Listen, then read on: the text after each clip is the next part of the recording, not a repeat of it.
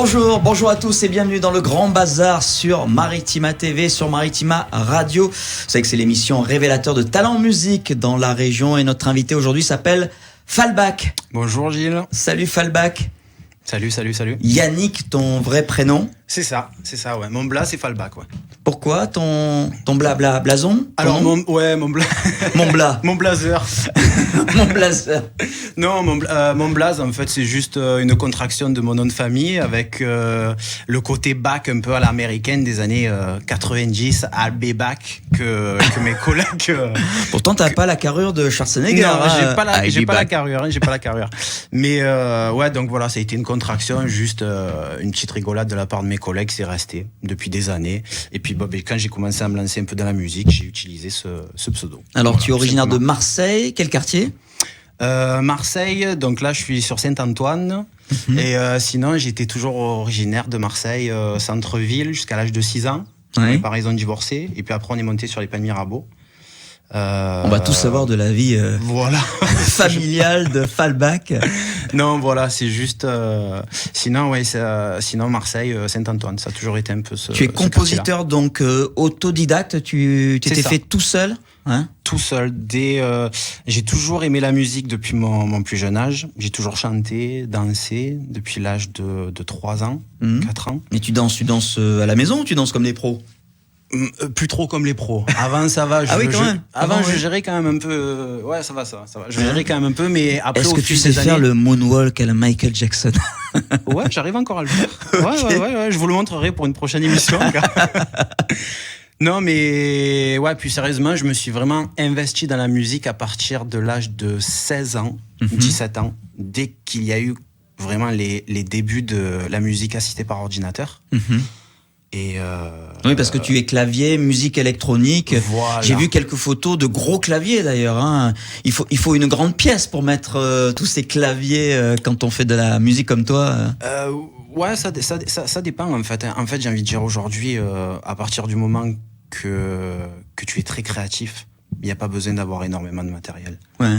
Et c'est vrai qu'avant, à l'époque, dans les années 80, 70, 80, il y avait des gros studios d'enregistrement. Maintenant, à la maison, on peut se faire son propre home studio avec un ordi, une carte son, un micro et... Ouais, exactement.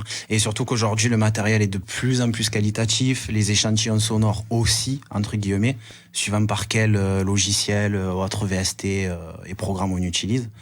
Donc, c'est vrai que, on arrive à s'amuser et à créer quand même assez facilement et rapidement, quoi. Et tu fais ça chez toi? Et je fais ça à la maison, ouais. Saint-Antoine. C'est ça. Voilà. À Marseille. On va écouter un premier extrait d'un futur EP, on en parlera justement, ça s'appelle On the Floor et c'est signé Falbac. À tout de suite.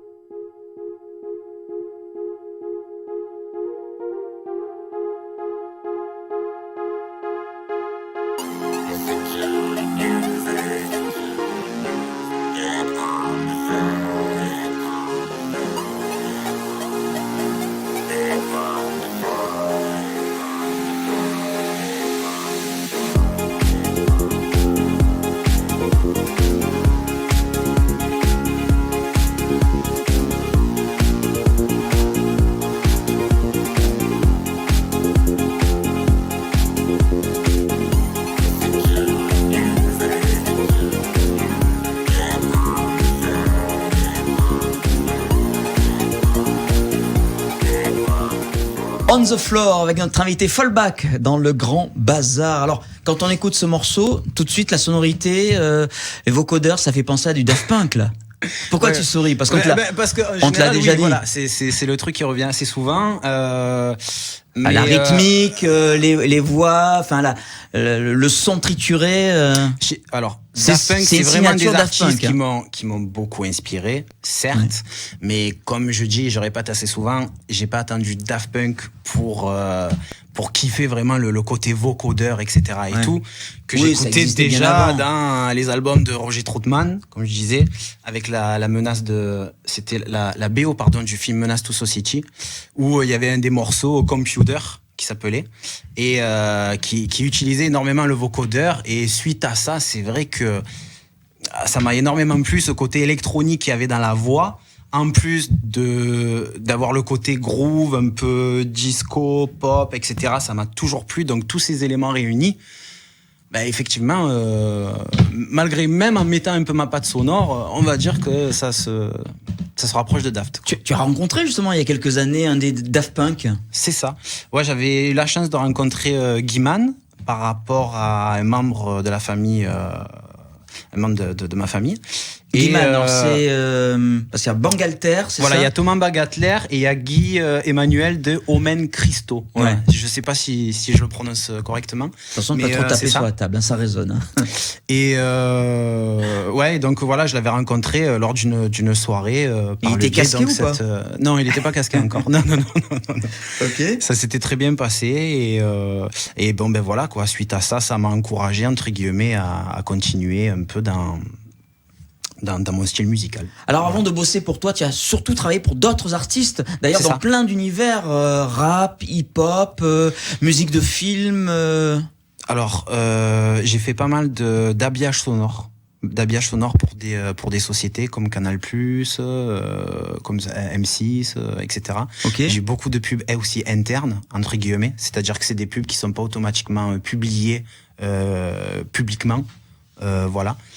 Après pour des artistes, j'ai travaillé avec des artistes comme alors c'était une chanteuse qui s'appelait Gina entre guillemets, une chanteuse R&B, Amon, un artiste rap. Alors moi j'ai connu une Dina originaire de Miramas. Non, elle était de Bouc-Bel-Air. Okay, après peut-être qu'elle a déménagé entre-temps, j'ai plus trop de nouvelles. Il ne peut pas y en avoir 50.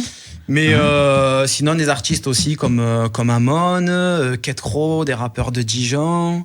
Et ici, sur la région, essentiellement sur la région. Essentiellement sur la région. Alors j'avais fait un remix pour Soprano et Namor. Après, j'avais travaillé aussi pour la compilation Authentic Funk avec mon ami, entre guillemets, que j'embrasse, Laurent Maggio, alias DJ Luch, où on avait travaillé une compilation Authentic Funk avec des artistes comme Dave Bond, Bouga, Chienne de Paille, etc. Et puis après, récemment, l'artiste avec qui j'ai travaillé, il s'appelle Seyane. On a fait un bel EP qui tombe pas mal sur Spotify. Et alors, maintenant, enfin depuis l'année dernière, depuis 2020, tu as décidé de faire la musique pour toi. Voilà, je pense que je me suis un peu trop voilà exactement, je me suis un peu trop consacré à des collaborations où le résultat pour moi parce que je suis très exigeant dans la musique m'a laissé entendre en fait qu'il fallait que je commence enfin à me concentrer en fait vraiment sur moi-même et sur ce que je kiffe depuis le début, c'est-à-dire vraiment ce côté électro, groove, pop, etc. et tout. Et donc c'est pour ça qu'aujourd'hui j'ai vraiment décidé d'en arrêter directement. Et tu composes, tu écris aussi ? Alors j'écris, c'est un peu plus compliqué. Et c'est toi qui chantes aussi ? Oui, c'est moi qui chante. Sur le morceau qu'on va écouter justement avant de se quitter. C'est ça, le morceau I Need to Know, ouais, c'est moi qui chante. Ouais. Et non, concernant l'écriture, alors là, pour le coup, ça a été l'artiste Yann avec qui j'avais travaillé, où je me suis arrangé avec lui au niveau des textes. Et sinon, pour les prochains titres, j'essaie de voir pour travailler avec un auteur directement. Ok. Merci beaucoup Fallback d'avoir été avec nous. Merci beaucoup Gilles. Aujourd'hui sur Maritime, on va l'écouter ce titre I Need to Know, c'est toi qui chantes. Alors c'est pas vraiment un clip hein, c'est ça, c'est juste un visuel, c'est un musical visuel. C'est très graphique. Ouais, c'est ça. Musical visuel, voilà. On écoute ce morceau qui est excellent, I Need to Know. Merci Fallback beaucoup. était notre invité. Salut à tous et merci. Et à bientôt sur Maritima. Au revoir. Merci Gilles, au revoir.